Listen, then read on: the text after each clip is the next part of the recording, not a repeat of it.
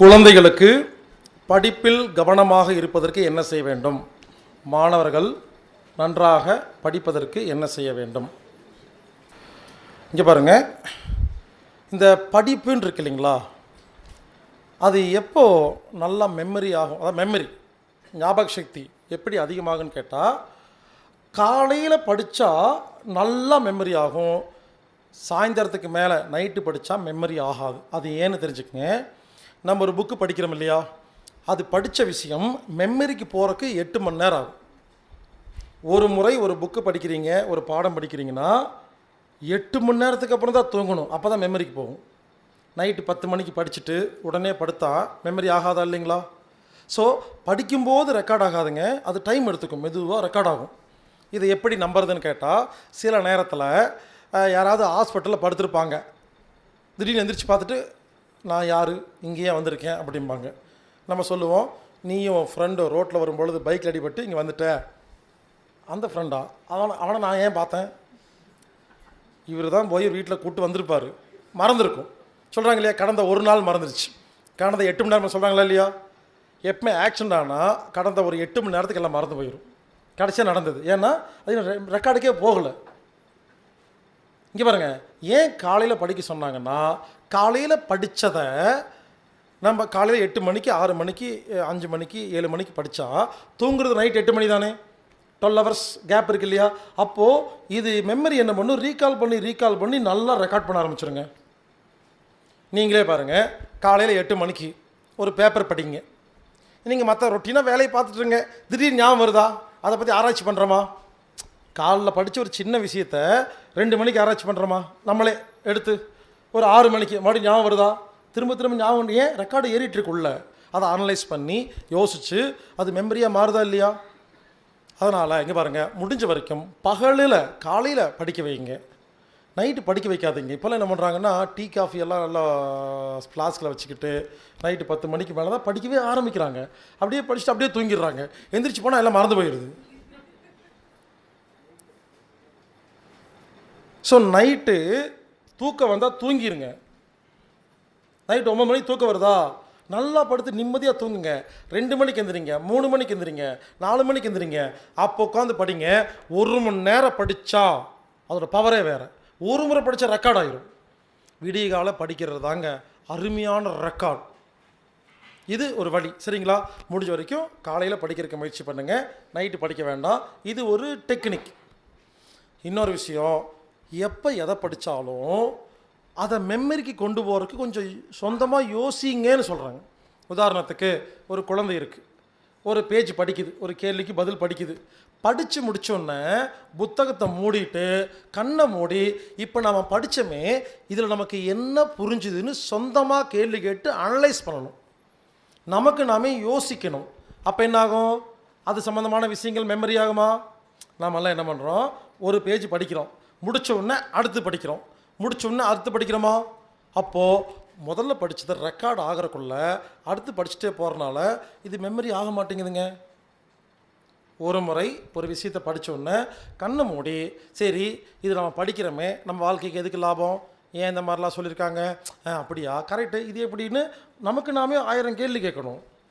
இங்கே பாருங்கள், யாராவது ஏதாவது சொன்னாங்கன்னா அப்படியே நம்பினீங்கன்னா அதுக்கு பேர் ரோபோட்டு, அதுக்கு பேர் கம்ப்யூட்டர் சிப்பு, வாந்தி எடுக்கிறதுன்னு பேர். அப்படியே படிச்சுட்டு போய் படித்து முடிச்சுட்டு புரிஞ்சு நம்ம அனலைஸ் பண்ணி எழுதும் பொழுது அது எத்தனை வருஷமானாலும் மறக்காது.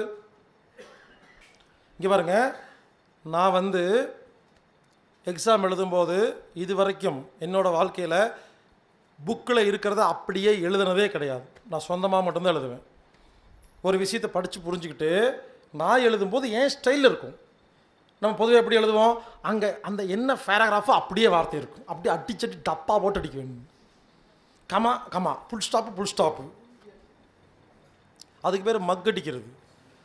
ஒரு விஷயத்தை புரிஞ்சுட்டு நம்ம சொந்தமாக யோசிக்கணும், ஏன் சொன்னாங்க, எதுக்கு சொன்னாங்க, ஆமாவா அப்படியான்னு யோசிச்சு புரிஞ்சிருச்சுன்னா எத்தனை வருஷமானாலும் நம்ம ஓன்ஸில் கதை எழுதலாமா? இதாங்க படிக்கிறது. ஸோ புரிஞ்சுக்குங்க, குழந்தைகளுக்கு சொல்லிக் கொடுங்க. ஒரு விஷயத்தை படித்து முடிச்சோன்னே கண்ணை மூடி அது சம்பந்தமாகவே ஒரு 5 நிமிஷம் யோசிக்க சொல்லுங்கள். புரியுதோ புரியலையோ சும்மா யோசிக்க சொல்லுங்கள். அது நல்லபடியாக மெமரி ஆயிரும். அடுத்தது வெண்டைக்காய் கொஞ்சம் சாப்பிடும் பொழுது மூளைக்கு தேவையான பாஸ்பரஸ் கிடைக்கும். அது கொஞ்சம் மெமரி கெப்பாசிட்டியை அதிகம் பண்ணும். வல்லாரை கீரை, இந்த கடையில் விற்கிறாங்க இல்லையா மெமரி ப்ளஸ் டேப்லெட் எல்லாம், உலகத்தில் எந்த மூளையில் மெமரி ப்ளஸ் டேப்லெட் யூஸ் பண்ணாலும் அதில் இருக்கிறது வல்லாரைக்கீரையோட எசன்ஸ் தான். வல்லாரைக்கீரையை கொஞ்சம் கொஞ்சமாக டெய்லி சாப்பிட்டு வரும் பொழுது மெமரி கெப்பாசிட்டி அதிகமாகும். அடுத்தது டுவா ஸ்லீப். குழந்தைகளுக்கு படிப்பு இல்லையா, மெமரி இல்லையா, வாரத்துக்கு ஒரு முறை அவங்க தலையில் கையை வச்சு 1 மணி நேரம் கையை வச்சு தூங்க வச்சுருங்க. என்னாகும், அவங்க நிம்மதியாக தூங்கி எந்திரிக்கும் பொழுது மெமரி கெப்பாசிட்டி அதிகமாகிடும். இப்படி பண்ணலாம்.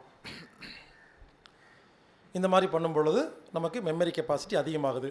இன்னொரு முக்கியமான விஷயம் சொல்கிறேன். எந்த விஷயம் பிடிச்சிருக்கோ அது மட்டும்தான் மெமரி ஆகும். உலகத்தில் மெமரி கெப்பாசிட்டி, அதாவது ஞாபக சக்தி குறைவுன்னு உலகத்தில் வியாதியே கிடையாது. பிடிச்சிருக்கா பிடிக்கலையா. உதாரணத்துக்கு இங்கே பாருங்கள், இத்தனை பேர் இருக்கோம் இல்லையா, நாளை காலையில் ஆக்சுவலாக கிளாஸ் கிடையாது. நம்மெல்லாம் நாளை காலையில் 3 பஸ்ஸு வர சொல்லியிருக்கிறேன், கண்ணாடி பஸ். நம்மெல்லாம் இங்கேருந்து என்ன பண்ண போகிறோம், இங்கேருந்து பொள்ளாச்சி வரைக்கும் போயிட்டு வர போகிறோம். சரிங்களா, சும்மா டூர் கிடையாது, ஒரு ட்ராவல். ஓகே, 3 பஸ்ஸு வந்துருச்சு. நம்மெல்லாம் பஸ்ஸில் ஏறியாச்சு. பஸ்ஸு பொள்ளாச்சிக்கு போகுது. நல்லா கேட்டுக்குங்க, பொள்ளாச்சிக்கு போகுது, நிற்கிது, டீ சாப்பிட்றோம், திரும்பி வந்தாச்சு. வந்த உடனே உங்கள் எல்லாத்துக்கிட்டையும் தனித்தனியாக கேள்வி கேட்பேன். பொள்ளாச்சிக்கு பஸ்ஸில் போயிட்டு வந்தீங்க இல்லையா, போகும்பொழுது வரும்பொழுது எதை பார்த்தீங்கன்னு கேட்பேன். ஒவ்வொருத்தர் கேட்குறேன்.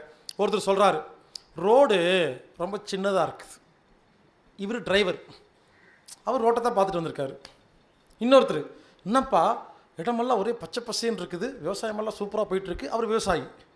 இன்னொருத்தர், பரவாயில்லையே 2 பக்கம் பிரித்து போட்டோம்னா நல்லா விற்கலாம் போல் இருக்க, இவர் ரியல் எஸ்டேட்காரர். இன்னொருத்தர், எப்பா போகிற வழியில் ஈச்சனாரி கோயில், அந்த கோயில், இந்த கோயில், 7 கோயிலை பார்த்தேன், ஒரு பக்தி. இன்னொருத்தர், பா 7 உமன்ஸ் காலேஜ், பா. ஒருத்தர் கருப்பன் காலேஜ், இவர் யூத்து. இதுலேருந்து என்ன புரியுதுன்னா, நமக்கு எது வேணுமோ அது மட்டும்தான் மெமரி ஆகும். Note this point. நமக்கு எது பிடிச்சிருக்கோ அது மட்டும்தான் மெமரிக்கு போகும். உலகத்தில் மெமரின்லாம் ஒன்றும் கிடையாது. பிடிச்சிருக்கா பிடிக்கலையா. இப்போ கேட்டு பாருங்கள், இங்கே இருக்க லேடிஸ் எல்லாம், உங்கள் கணவருடன் முதலில் சினிமாவுக்கு போகும் பொழுது அவர் என்ன ட்ரெஸ் போட்டிருந்தார், டக்குன்னு சொல்லுவாங்க. இந்த மாதிரி ட்ரெஸ்ஸு, இந்த மாதிரி கட்டமாக பூவாக போட்டிருக்கும், காலரில் லேசாக தையல் கிழிஞ்சிருக்கும், ஒரு பட்டன் இருக்காதுன்னு பர்ஃபெக்டாக சொல்லுவாங்க. இப்போ கேட்குறேன், முந்தா நேற்று உங்கள் ஹஸ்பண்ட் என்ன ட்ரெஸ் போட்டிருந்தார், அது என்ன போட்டுச்சு யாருக்கு தெரியும். அப்போ பிடிச்சிது, இப்போ பிடிக்கல. பிடிச்சா எல்லாமே ஞாபகத்து இருக்கும், செக் பண்ணி பாருங்கள். ஸோ எதுக்கு சொல்ல வரேன்னா, தோனி அப்படிங்கிற படம் பாருங்கள், அதில் தெளிவாக சொல்லியிருப்பாங்க. ஒரு பையனை போய் படின்னு இருப்பாங்க. அவன் சொல்லுவான், எனக்கு படிப்பு வரலம்பா, 17 பேர் சொல்லு தெரியாதும்பா. அவன் கேட்டால் கிரிக்கெட்டு எவ்வளோ, ஸ்டெம்புடைய ஹைட் எவ்வளோ, பேட்டுடைய வித் எவ்வளோ, டென்சிட்டி எவ்வளோ, 2 இருக்கிற எல்லாம் சொல்லுவான். அவனுக்கு அது பிடிச்சிருக்கு. எதுங்க பிடிச்சிருக்கு, புரிஞ்சுக்குங்க. ரொம்ப சிம்பிள். இப்போ இன்னொரு முக்கியமான ரகசியம் சொல்கிறேன். இந்த பிரபஞ்சத்தில் எல்லாமே இருக்குது. நீங்கள் எந்த ஃப்ரீக்குவென்சிக்கு ட்யூன் பண்ணுறீங்களோ அது மட்டும்தான் கண்ணுக்கு தெரியும். புரிஞ்சுக்குங்க.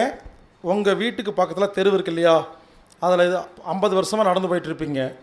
நாளைக்கெல்லாம் ஒன்று சொல்கிறேன், சொல்லி பாருங்கள், உங்களுக்கு அது மட்டும்தான் கண்ணுக்கு தெரியும். பச்சை கலர் வீடு சொல்லி பாருங்கள், போய் பாருங்கள், 7 வீடு இருக்கும். இது வரைக்கும் அந்த பச்சை கலர் வீடு பார்த்துருக்கவே மாட்டோம். அந்த மாதிரி நம்ம எதை தேடுகிறோமோ அது மட்டும்தாங்க நமக்கு கிடைக்கிது. அப்போ அந்த குழந்தைகள், அது மூடு வேறு, நீங்கள் படிக்க சொல்கிறது வேறு, அது உள்ளே போக மாட்டேங்குது, அவ்வளோதான், சிம்பிள். அப்போது அந்த குழந்தையோட மூடு எப்படி இருக்கோ அதுக்கு தகுந்த மாதிரி படிப்பு கொடுக்கும் பொழுது அந்த படிப்பு நல்லா போகும். ஸோ கொஞ்சம் அந்த குழந்தையோட சைக்காலஜி பார்த்து மூடு பார்த்து படிக்க வைக்கணும், அவ்வளோதான். ஸோ உதாரணத்துக்கு பாருங்கள், நிறைய பாட்டு இருக்கு இல்லையா, பொதுவாக எல்லோரும் பாட்டு கேட்குறோம் இல்லையா, ஒரே பாட்டு நம்ம எல்லோரும் கேட்போம். கேட்டு முடிச்சுட்டு கேளுங்க, ஒவ்வொருத்தருக்கும் வேறு வேறு வரிகள் ஞாபகம் இருக்கும். உங்களுக்கு எந்த வரி பிடிச்சிருக்கோ, இந்த சப்ஜெக்டில் ஆர்வமாக இருக்கீங்களோ அது பிடிக்கும். எனக்கு நான் ஒரு பாட்டு பாடி காமிச்சு இல்லையா, தூது வேலையில அரைச்சு தொண்டையில் அதை நினச்சி மாமங்கிட்ட பேச போகிறேன் மணிக்கணக்கா. ஏன் இந்த பாட்டு பிடிச்சிக்குன்னா, தூதுவலை தொண்டை உடம்பு சம்மந்தப்பட்டதெல்லாம் வருது, எனக்கு பிடிச்சது. வேறு எந்த வரி அந்த பாட்டில் வேறு எந்த வரியும் தெரியாது. இன்னொரு பாட்டு, சூடாக இல்லை என்றால் ரத்தத்தில் வேகம் இல்லைன்னு பாட்டு வரும். சூடு ரத்தம் ஆராய்ச்சி பண்ணிட்டு உட்காந்துருக்கேன் நான். வேறு பாட்டெல்லாம் சொன்னது மனசுக்கு பிடிச்ச பாட்டு, இது புத்திக்கு பிடிச்ச பாட்டு. ஸோ சிம்பிளாக சொல்கிறேன், மெமரி கெப்பாசிட்டின்னு ஒன்று கிடையாது. பிடிச்சிருந்தா மெமரி, இல்லைன்னா மெமரி இல்லை. அதனால் குழந்தைகளுக்கு பகலில் படிக்க வைங்க, நைட்டு வேண்டாம்.